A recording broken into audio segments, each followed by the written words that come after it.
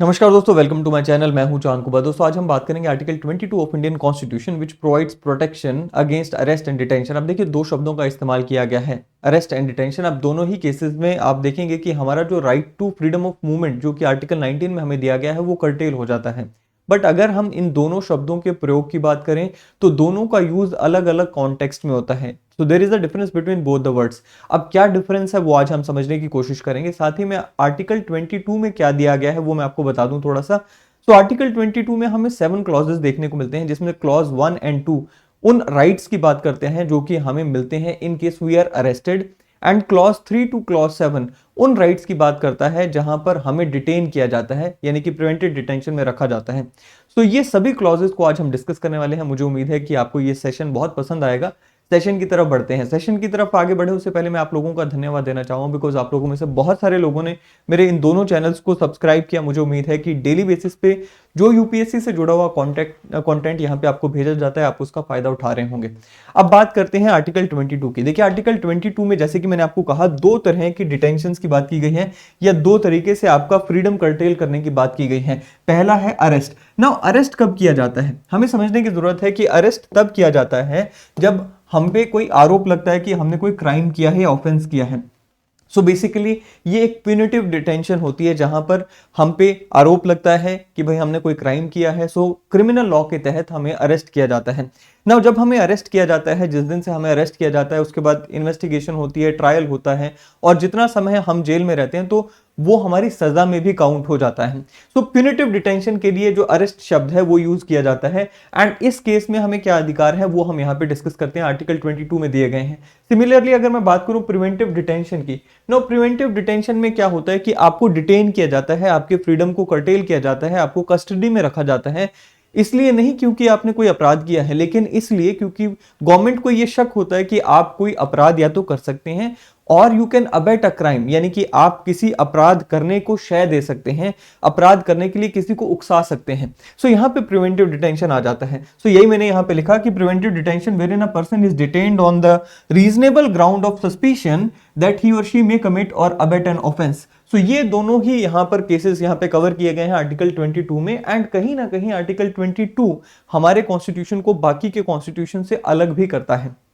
एक सबसे बड़ी प्रॉब्लम क्या है, प्रॉब्लम यह है, हमेशा क्रिटिसाइज भी किया गया है इस चीज को, कि हमारा जो प्रिवेंटिव डिटेंशन का कानून यहां पे लाया जाता है आर्टिकल 22 के तहत, इसे मिस इंटरप्रेट करके मिस यूज किया जाता रहा है। खैर, that is a different matter of debate. चलिए बात करते हैं आर्टिकल 22 की। आर्टिकल 22 में मैंने आपको बताया कि 7 क्लॉजेज हैं, जिसमें से क्लॉज 1 क्लॉज 2 ये दोनों बात करते हैं अरेस्ट की, एंड अरेस्ट में हमें क्या अधिकार मिलते हैं। एंड इसमें जो क्लॉज 3 है वो एक यहां पर एक्सेप्शन क्रिएट करता है कि भाई जो अरेस्ट वालों को अधिकार मिले हुए हैं, दैट इज क्लॉज 1 एंड 2 में जो अधिकार मिले हुए हैं, वो क्लॉज 3 कहता है कि भाई जिन्हें हम प्रिवेंटिव डिटेंशन में रखेंगे उनके पास वो अधिकार नहीं होंगे।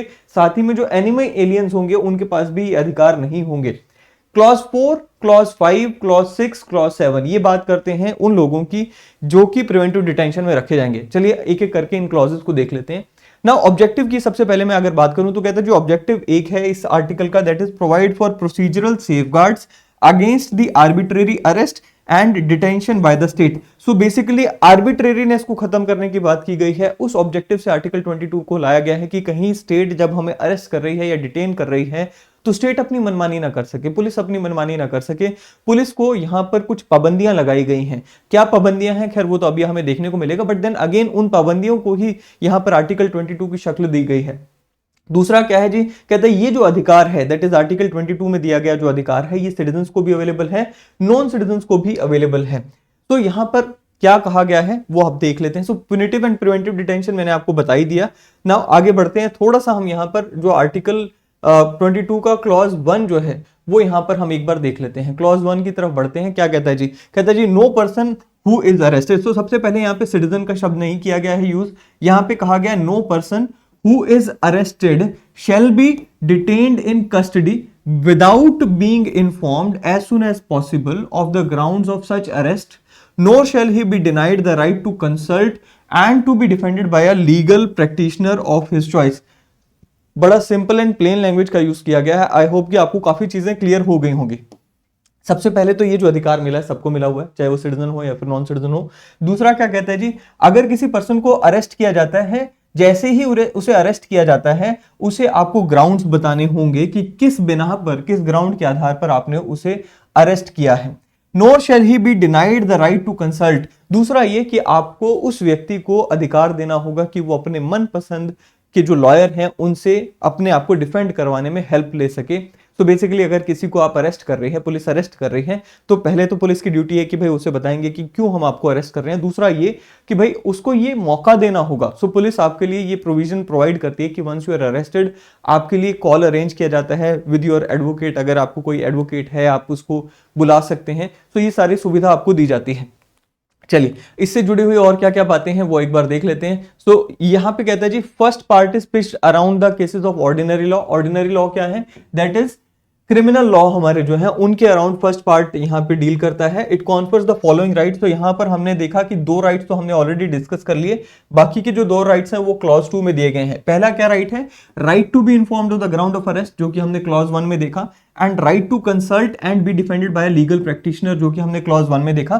क्लॉज 2 में क्या और अधिकार हमें दिए गए हैं in case we are arrested? तो कहता है जी, right to be produce before a magistrate within 24 hours excluding the journey time. And चौथा क्या है? Right to be released after 24 hours unless the magistrate authorises further detention. So सबसे पहले यहां पर हम सब यहां पे जान लें कि आर्टिकल 22 क्लॉज 2 में ये कहा गया है कि भाई in case you are arrested, police आपको 24 घंटे के अंदर अंदर मैजिस्ट्रेट के सामने लेकर जाएगी, जज के सामने लेकर जाएगी। एंड मैजिस्ट्रेट के सामने जब आपको पेश किया जाएगा तो पुलिस वहां पर बताती है कि किस बिना पर हमने इसे यहां पे अरेस्ट किया है। नाउ अगर मैजिस्ट्रेट को लगता है कि फॉर फर्दर इन्वेस्टिगेशन आपकी कस्टडी जो है वो पुलिस के पास देनी चाहिए, तो मैजिस्ट्रेट क्या करेगा? मैजिस्ट्रेट आपको पुलिस कस्टडी में भेज देगा। सो हमें देखने को मिलता है कि 14 डेज की पुलिस कस्टडी में भेज दिया। तो इस तरह से यहाँ पर अराउंड 15 डेज की एक मैक्सिमम लिमिट सेट होती है, उसके कम कम आपको यहाँ पर जो है पुलिस कस्टडी में भेजा जाता है। सो मैजिस्ट्रेट के पास ये अधिकार है कि अगर पुलिस यहाँ पे प्रूव कर दे, अपना केस प्रूव कर दे कि भाई आपको पुलिस कस्टडी में रखना जरूरी है, यानी कि पुलिस के पास रखना जरूरी है, और पुलिस आपसे इन्वेस्टिगेशन करना चाहती है, पूछताछ करना चाहती है, तो पुलिस को मैजिस्ट्रेट अलाउ करता है कि ठीक है आप इनको पुलिस कस्टडी में रखिए। अगर ऐसा नहीं लगता है मैजिस्ट्रेट को, तो मैजिस्ट्रेट आपको जुडिशियल कस्टडी में भेज देते हैं। सो ये जो है आर्टिकल 22 में कवर किया गया है क्लॉज 2 में, राइट। नाउ क्लॉज 2 कहता क्या? थोड़ा सा एक बार क्लॉज 2 को दोबारा पढ़ लेते हैं, फिर आगे बढ़ेंगे हम। सो क्लॉज 2 क्या कह गया जी? कहते हैं जी, every person who is arrested and detained in the custody shall be produced before the nearest magistrate within a period of 24 hours of such arrest, excluding the time necessary for the journey from the place of arrest to the court of the magistrate। So यानी कि मान लीजिए police ने आपको जंगल में arrest किया। Now जंगल से आपको जो नियरेस्ट मैजिस्ट्रेट है वहां तक लाने में मान लीजिए 26 घंटे लग गए, तो इन 26 घंटों को उन 24 घंटों में नहीं गिना जाएगा। तो बेसिकली पुलिस को इंश्योर करना है कि भाई जैसे ही पुलिस ने आपको अरेस्ट किया, अरेस्ट करने के 24 घंटे के अंदर अंदर आपको मैजिस्ट्रेट के सामने, जो नियरेस्ट मैजिस्ट्रेट है उनके सामने पेश करें। फॉर एग्जांपल मान लीजिए दिल्ली पुलिस जाकर गुजरात में किसी को अरेस्ट करती है, तो गुजरात में जो नियरेस्ट मैजिस्ट्रेट होंगे उनके सामने दिल्ली पुलिस को आपको पेश करना होगा, ट्रांजिट रिमांड लेनी होगी, वहां से फिर दिल्ली आपको लाया जाएगा। सो ये यहां पर आर्टिकल 22 क्लॉज 2 में कहा गया है। क्या कहते हैं जी? No person shall be denied in the custody, no person shall be detained in the custody beyond the period without the authority of the magistrate. So ये दो चीजें आर्टिकल 22 क्लॉज 1 एंड 2 में हमें देखने को मिली। नाउ क्लॉज 3 क्या कहता है, थोड़ा सा उसे भी देख लेते हैं। कहता है जी, nothing in clause 1 and 2 shall apply to enemy alien. So ये जो अरेस्ट के केस में आपको अधिकार मिले हुए हैं, अगर आप एक एनिमी एलियन हैं तो आपको ये अधिकार नहीं मिलेगा। एनिमी एलियन कौन होता है ये हमने पहले वैसे डिस्कस किया था, थोड़ा सा बता देता हूं। एनिमी एलियन वो व्यक्ति होता है जो कि भारत में है लेकिन भारत का नागरिक नहीं है, और जिस देश का वो नागरिक है भारत उस देश के साथ इन वॉर है, यानी कि युद्ध चल रहा है भारत का उस देश के साथ, तो उस व्यक्ति को एनिमी एलियन माना जाएगा। दूसरा, ये जो हमने अभी अधिकारों की बात की, दैट इज क्लॉज 1 एंड 2 में अधिकारों की बात की गई, ये किसको और अवेलेबल नहीं है? ये उस व्यक्ति को अवेलेबल नहीं है जिसे प्रिवेंटिव डिटेंशन के तहत डिटेन किया गया है। तो अब हम बात करेंगे क्लॉज 4 की एंड क्लॉज 5, 6, 7 की, उनमें क्या क्या अधिकार दिए गए हैं। चलिए, तो यहां पर एक बार और थोड़ा सा हम क्लॉज 2 एंड 1 में जो दिए गए अधिकार हैं उसको सप्लीमेंट करती है एक डीके बसु की जजमेंट, उसे थोड़ा सा देख लेते हैं। कहते हैं जी, हमने देखा अभी हमने क्लॉज 1 एंड 2 में कुछ 4 अधिकारों की बात की, लेकिन इन 4 अधिकारों से काम पूरा नहीं होता, इसलिए honourable supreme court of India ने डीके बसु की एक जजमेंट आई थी, उसमें कुछ 11 ऐसी गाइडलाइंस दी थी जहां पर जिन लोगों को अरेस्ट किया जाता है उनके कुछ अधिकारों को आप कह सकते हैं एनलिस्ट किया था, ठीक है। सो वो कुछ 11 ऐसी गाइडलाइंस आई थी जो कि एनलिस्ट किया गया है। सो बेसिकली वहां पर इन गाइडलाइंस में ये होता है कि जो पुलिस वाला अरेस्ट कर रहा है उसको नेम टैग होना चाहिए, पुलिस वाला जो है पुलिस स्टेशन के बाहर लिखेंगे कि किसे किसे अरेस्ट किया गया है, राइट। सो वो सारी चीजें आ जाती हैं। पुलिस वाला वहां पे जब अरेस्ट करने जाता है तो लेट्स से पंचनामा बनता है, ये सारी चीजें यहां पर कही गई हैं, ठीक है। सो ये 11 ऐसी गाइडलाइंस हैं जो कि इसमें कही गई हैं। कहता है जी these guidelines supplement the safeguards provided in article 22 and यही हमें देखने को मिलता है कि आर्टिकल आई मीन सीआरपीसी जो हमारा क्रिमिनल प्रोसीजर कोड है उसमें 50A भी दिया गया है, which imposes a legal obligation on the police to give information regarding such arrest and place where the arrested person is being held to any of his friends or relatives, etc. So again, in pursuance to this 50A, section 50A CRPC में लाया गया था, जिसके तहत police वालों के लिए mandatory है कि अगर वो किसी को अरेस्ट कर रहे हैं तो उन्हें उस व्यक्ति के रिलेटिव को या फ्रेंड को इन्फॉर्म करना होगा कि हमने इसे अरेस्ट किया है। चलिए, सो अब कुछ और यहाँ पर चीजें हैं जहां पर केस लॉज के साथ हम इन कुछ राइट्स को यहाँ पर डिस्कस करेंगे। तो सबसे पहले right to be informed on the ground of arrest. तो Joginder Kumar versus state of UP का ये केस आया था जहां पर ये कहा गया था क्या, that a detained person should know the cause of his detention and is entitled to let any third person know the location of his detention. So basically अगर किसी पर्सन को डिटेन किया गया है उसे उसके ग्राउंड्स का पता होना चाहिए, यानी कि अगर किसी को अरेस्ट किया गया है उसको पता होना चाहिए कि मुझे क्यों अरेस्ट किया गया है एंड वो दूसरे पर्सन को बता सकता है। Can bar council pass a resolution not to defend some person in criminal cases. अब देखिए हमने यहाँ पर आर्टिकल 22 में पढ़ा कि भाई हर एक व्यक्ति के पास जिसे अरेस्ट किया जा रहा है उसके पास ये अधिकार है कि वो अपना एक लॉयर को एंगेज कर सके। लेकिन मान लीजिए लॉयर्स ने ये कह दिया जी हम इसकी पैरवी नहीं करेंगे, क्या ये सही होगा? क्योंकि हमने कई बार देखा, अजमल का साहब के केस में भी देखा था और भी केसेस में हमें देखने को मिलता है कि मान लीजिए कहीं पे लॉयर के साथ ही लड़ाई हो जाए आपकी एंड आपको अरेस्ट कर लिया जाता है तो सारे लॉयर इकट्ठे हो जाते हैं, कहते जी हम नहीं इनको आई मीन रिप्रेजेंट करेंगे, लेट्स से एडवोकेट्स ही कह देते हैं। सो क्या बार काउंसिल की तरफ से अगर कोई ऐसा रेजोल्यूशन पास किया जाता है तो वो लीगल होगा? तो there was this case A S Mohammad Rafi versus state of Tamil Nadu. यहां पर बार काउंसिल ऑफ कोयम्बटूर ने ऐसा कोई रिजोल्यूशन पास किया था जहां पर एक पुलिसमैन ने लॉयर के साथ लड़ाई करी थी एंड जब उसे अरेस्ट किया गया तो लॉयर्स ने कहा जी हम इन्हें डिफेंड नहीं करेंगे, राइट। सो ऐसे में इस जो रिजोल्यूशन था जिसके तहत उन्होंने ये कहा कि हम इसे डिफेंड नहीं करेंगे उसे इलीगल ठहराया गया था, वायलेटिव ऑफ आर्टिकल 22 उसे ठहराया गया था। नाउ तो दूसरी बात ये कि देखिए हमने अभी कहा कि भाई आप किसी को बियॉन्ड 24 आवर्स अरेस्ट नहीं कर सकते without the permission of the magistrate. आप जैसे ही अरेस्ट करते हैं किसी को उसको without I mean any delay within 24 hour आपको नियरेस्ट मैजिस्ट्रेट के पास लेकर जाना है। लेकिन क्या होगा अगर आप उसको नियरेस्ट मैजिस्ट्रेट के पास नहीं लेकर जाते, आप मतलब पुलिस नहीं लेकर जाती? तो ऐसे में हमें देखने को मिला कि केस आया था state of Punjab versus Ajaib Singh. इस केस में जिसे अरेस्ट किया गया था उसे नियरेस्ट मैजिस्ट्रेट के पास नहीं लेकर जाया गया। तो बेसिकली यहां पर उस केस में यह कहा गया कि भाई देखिए इस व्यक्ति का राइट इन्फ्रिंज हुआ है एंड उसे कंपनसेशन दी गई थी। सो यहां पर इट इज नॉट अलाउड कि आप 24 आवर से ज्यादा बिना मैजिस्ट्रेट की किसी परमिशन के आप उसको रोक के रखें। सेकंड पार्ट की अब बात करते हैं जो कि क्लॉज 4 से हमें देखने को मिलता है। कहता है जी रिगार्डिंग प्रिवेंटिव डिटेंशन, अब इसे नेसेसरी इविल कहा गया है। प्रिवेंटिव डिटेंशन को नेसेसरी इविल कहा गया है, ऐसा क्यों? देखिए प्रिवेंटिव डिटेंशन को नेसेसरी इविल इसलिए कहा गया है क्योंकि प्रिवेंटिव डिटेंशन लॉज को अक्सर इस वजह से क्रिटिसाइज किया जाता है कि पॉलिटिकल मोटिव की वजह से उन्हें मिस यूज किया जाता है, मिस इंटरप्रेट किया जाता है। इसलिए अब देखिए होना भी जरूरी है। क्यों होना जरूरी है थोड़ा सा एंड में हम बात करेंगे। डॉक्टर अंबेडकर ने इसके लिए बहुत अच्छी बात कही थी, बट देन इसको miss interpret and miss use करने के लिए इसे कहा जाता है कि एक नेसेसरी इविल है। अब क्या जरूरत है प्रिवेंटिव डिटेंशन लाने की? सो कहता है the aim of bringing preventive detention provision into existence was to prevent people from disrupting the peace and stability of the society, to prevent them from undermining the sanctity of the constitution, endangering the security of the state, disturbing the relation of India with foreign powers, or hindering maintenance of public order. So again, preventive detention किया क्यों जाता है? अगर आपने वो समझ लिया तो आपको ये समझ आ जाएगा कि क्या पर्पस है। अब देखिए सबसे पहले आपने कुछ लॉज का नाम सुना होगा, जैसे आपने न्यूज में अक्सर सुना होगा कि किसी व्यक्ति को यूएपीए के तहत अरेस्ट किया गया, that is unlawful activities prevention act के तहत अरेस्ट किया गया। टाडा का नाम आपने सुना होगा, पोटा का नाम आपने सुना होगा। ये जितने भी कानून हैं ये सारे प्रिवेंटिव डिटेंशन एक्ट हैं यहाँ पर। नाउ आर्टिकल 22 क्लॉज 3 जो है ये क्या कहता है, अभी ये तो हमने पढ़ लिया। खैर आर्टिकल 22 क्लॉज 4 क्या कहता है, चलिए इसको देख लेते हैं। आर्टिकल 22 क्लॉज 4 कहता है कि भाई there will be an upper limit for detention under preventive detention laws. चलिए एक बार आर्टिकल 22 क्लॉज 4 को देखें। आर्टिकल 22 क्लॉज 4, सो ये राजी कहता है जी, no law providing for preventive detention shall authorize the detention of a person for a period longer than 3 months।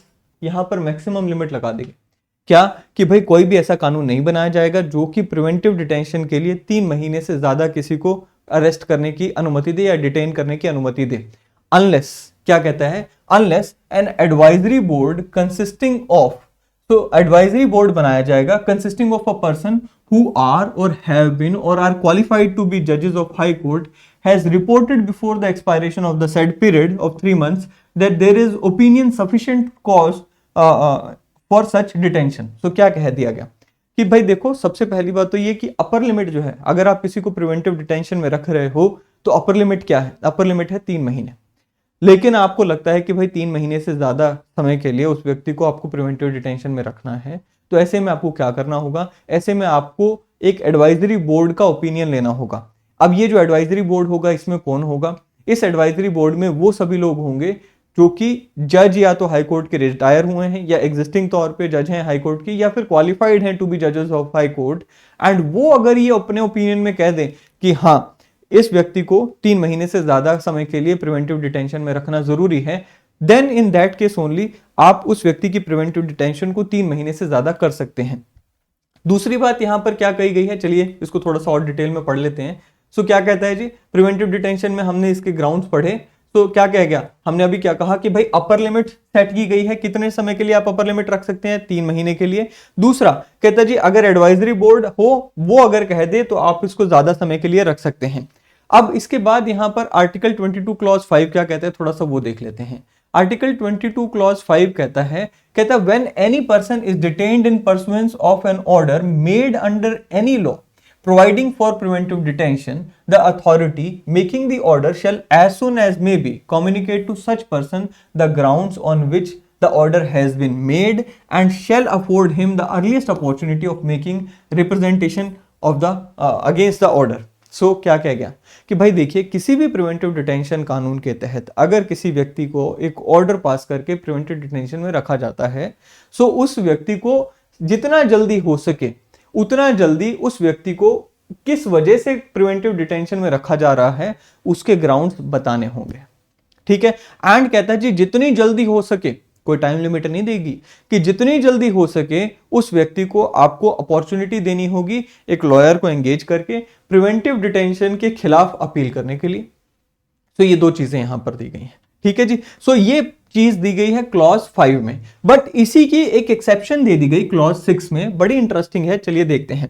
कहता है जी, nothing in clause 5 shall require the authority making any such order as is referred to in that clause to disclose the facts which such authority considers to be against the public interest of the to disclose. तो यहां पर आपको पहले तो कह दिया जी, आपको जितना जल्दी हो सके आपको उसको ग्राउंड बताने होंगे, लेकिन दूसरे क्लॉज में यहां पे कह दिया कि भाई अगर ये ग्राउंड्स ऐसे हैं जिसके बेसिस पे आपको डिटेन किया गया, अगर ये ग्राउंड्स ऐसे हैं जिनका डिस्क्लोजर जो है वो पब्लिक इंटरेस्ट के खिलाफ जा सकता है, यानी कि अगर आपने उस व्यक्ति को बताया कि भाई हमने आपको क्यों डिटेन किया है और बताने से पब्लिक ऑर्डर बिगड़ सकता है, तो आपके ऊपर कोई बंदिश नहीं है कि आप उसको वो ग्राउंड्स बताएं।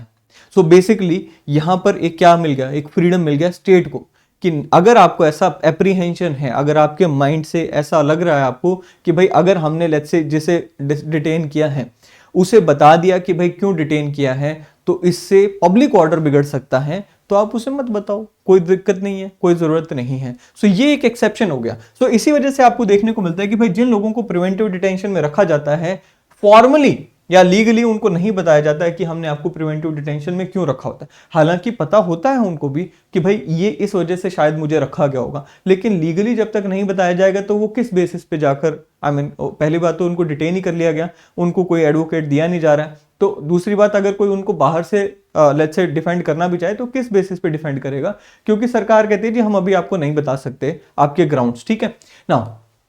क्लॉज 7 क्या कहता है, पार्लियामेंट में बाय लॉ प्रिस्क्राइब। अब देखिए यहां पर पार्लियामेंट को कानून बनाने की पावर दी गई है और कहा गया है कि पार्लियामेंट कुछ सर्कमस्टांसेस इन सर्टेन केसेस कह सकती है जहां पर, यानी कि ऐसे केसेस की लिस्ट बना सकती है, ऐसे सर्कमस्टांसेस की लिस्ट बना सकती है जहां पर प्रिवेंटिव डिटेंशन का जो टाइम है उसे पार्लियामेंट बढ़ा सकती है कानून बनाकर। क्या कह गया? कहता जी the circumstances under which and the class और classes of cases in which a person may be detained for a period longer than the 3 months under any law providing for preventive detention without obtaining the opinion of advisory board in accordance with the provisions of clause A of clause 4 subclause A of clause 4। हमने अभी क्या पढ़ा कि भाई आप किसी व्यक्ति को प्रिवेंटिव डिटेंशन में मैक्सिमम 3 महीने के लिए रख सकते हैं, और अगर आपको 3 महीने से ज्यादा रखना है तो उसी 3 महीने के दौरान आपको एक ओपिनियन लेना होगा, किसका? एडवाइजरी बोर्ड का, कि भाई हम इसे 3 महीने से ज्यादा रखना चाहते हैं कि नहीं। अगर ओपिनियन में ये निकल के आ गया कि हाँ रख लो, तो आपको रखने दिया जाएगा 3 महीने से ज्यादा भी। लेकिन यहां पे क्या कह दिया कि भाई अगर पार्लियामेंट चाहे तो पार्लियामेंट कानून एक ऐसा ला सकती है या कानून के द्वारा ये कह सकती है कि अगर किसी को इस ग्राउंड के बेसिस पे हम प्रिवेंटिव डिटेंशन में रख रहे हैं तो उसे एडवाइजरी बोर्ड का ओपिनियन लिए बिना हम 3 महीने से ज्यादा रखेंगे, या एक हायर लिमिट सेट कर सकती है पार्लियामेंट। सो बेसिकली यहां पर पार्लियामेंट के पास ये अधिकार दिया गया है। कहते जी the maximum period for which any person may in class or classes of the cases be detained under any law providing for preventive detention। तो यहां पर मैक्सिमम पीरियड पार्लियामेंट डिसाइड कर सकती है। दूसरा क्या कहता है जी? The procedure to be followed by an advisory board in inquiry under clause 4 sub clause A. So basically जो एडवाइजरी बोर्ड बनाने की बात की गई है अंडर क्लॉज 4, उसका भी क्या प्रोसीजर होगा, वो किस बेसिस पे अपने ओपिनियंस देगा, कैसे अपने ओपिनियंस देगा, वो भी पार्लियामेंट कानून के द्वारा तय कर सकती है। सो ये आर्टिकल 7 आर्टिकल 22 क्लॉज 7 जो है ये पार्लियामेंट के हाथ यहां पर बड़े करता है। ठीक है जी, चलिए सो अब इनको थोड़ा सा और डिटेल में एक बार देख लेते हैं। एंड वैसे तो मैंने आपको सारा समझा दिया, लेकिन कुछ और बातें अगर रह गई हैं तो यहां पर हमें पता चल जाएंगी। So article 25 article 22 clause 5 and 6 में मैंने आपको बता दिया कि भाई 22 में क्या कहा गया, 5 में right to be informed about the grounds of detention, आपको उसको बताना होगा, एंड अपॉर्चुनिटी ऑफ रिप्रेजेंटेशन आपको देनी होगी। क्लॉज 6 में हमने क्या कहा कि भाई अगर ना चाहे अथॉरिटीज तो वो उसे ना बताएं इन पब्लिक इंटरेस्ट, तो ये चलेगा। क्लॉज 7 में क्या कहा गया वो मैंने आपको बता दिया। अब एक केस आया था ए के गोपालन वर्सेस स्टेट ऑफ मद्रास का, थोड़ा सा ये देख लेते हैं। इस केस में बेसिकली हुआ क्या था, इसमें प्रिवेंटिव डिटेंशन में मिस्टर ए के गोपालन को रखा गया था और उन्होंने इसको चैलेंज किया था। लेकिन हमारे ऑनरेबल सुप्रीम कोर्ट ने यहां पर कहा कि भाई देखिए अगर किसी को प्रिवेंटिव डिटेंशन में रखा जा रहा है अंडर 22 तो ये आपके फंडामेंटल राइट्स को इन्फ्रिंज नहीं करता है और ये इलीगल नहीं है। राइट, सो ये चीज यहां पे मैंने आपके लिए लिखी है कि भाई इसे चैलेंज किया गया था। एक नैरो इंटरप्रिटेशन डेफिनेटली कहा जाता है कि ऑनरेबल सुप्रीम कोर्ट ने इस केस में ली, but yes it was declared कि भाई 22 के तहत अगर किसी को रखा जा रहा है सो उसमें कोई इलीगल नहीं है। अब डॉक्टर बी आर अंबेडकर ने क्या कहा था इसके कंटेक्स्ट में थोड़ा सा देख लेते हैं। कहता है जी इन द प्रेजेंट सर्कमस्टांसेस, अब डॉक्टर बी आर अंबेडकर बात कर रहे हैं जब कॉन्स्टिट्यूशन बनाया जा रहा था। In the present circumstances of the country it may be necessary for the executive to detain a person who is tampering either with the public order और with the defence services of the country. In such case, I don't think that the exigency of liberty of an individual shall be above the interest of the state। So बिल्कुल सीधी सी बात है कि भाई अगर ऐसे जो present circumstances यानी कि तब के सर्कमस्टांसेस थे उनमें उन्होंने कहा कि भाई देखो कोई अगर व्यक्ति स्टेट की सिक्योरिटी के साथ खिलवाड़ कर रहा है, पब्लिक ऑर्डर के साथ खिलवाड़ कर रहा है, तो आप वहां पे ये नहीं कह सकते कि इंडिविजुअल के राइट्स बड़े हो गए, आप इंडिविजुअल को डिटेन कर सकते हैं। So preventive detention laws are necessary evil, therefore should be used by the state in a judicious manner. ये चीज हमें ध्यान रखनी चाहिए। चलिए सो ये था जी आर्टिकल 22। मुझे उम्मीद है कि आर्टिकल आपको समझ आया होगा। वीडियो पसंद आए तो इसे लाइक करें, शेयर करें, चैनल को सब्सक्राइब करना ना भूलें। अगले सेशन में फिर मिलेंगे। Till then thank you, have a great day ahead.